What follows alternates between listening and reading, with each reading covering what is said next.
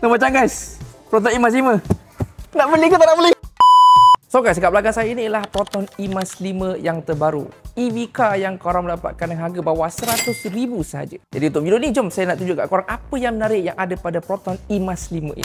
Mereka bentuk dengan saiz, korang bayangkanlah macam kereta Myvi, tetapi dia lebih besar sikit lah. Untuk seat belakang, korang boleh tengok memang cukup luas Ada banyak space lagi untuk kaki yang panjang.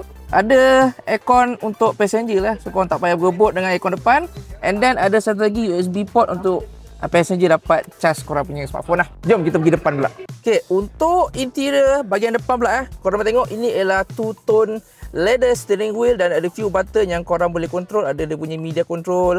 Nak angkat core pun boleh tekan kat sini juga. Kat depan sini juga ada 14.6 inch touchscreen Full HD display yang dah akan tunjuk dari segi berapa kilometer, berapa lagi vehicle energy.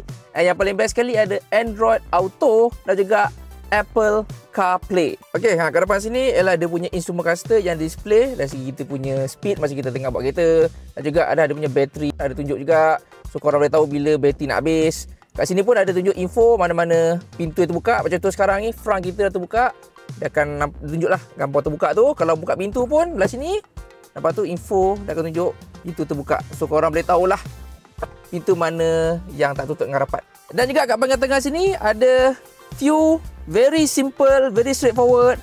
AC punya control, on off ada kat sini, emergency punya signal. Ini ada gear shifter, ada R and D, memang very straightforward. Lepas tu ada kompartmen, korang boleh letak korang punya smartphone kat sini. Kat sini ada dua cup holder, kat sini nak letak korang punya smartphone pun boleh. Kat tengah-tengah ni pun ada satu lagi kompartmen yang korang boleh simpan korang punya barang. Ini nak letak harta karun pun boleh. So dia punya storage dia ada banyak. Dia ada front ataupun front storage lah. So storage depan ni capacity dia ialah 70 liter. Inilah lebih kurang besar. Tapi memang tak letak satu manusia lah. Jadi storage dia tak habis kat situ saja. So kat bahagian bawah sini ada 20 liter under console storage. Korang boleh letak handbag ke apa. Lepas tu kat belakang sini ada satu lagi storage, iaitu rear seat storage. Ini sebesar 28 liter. Lepas tu kat belakang sini ialah dia punya motorized tailgate.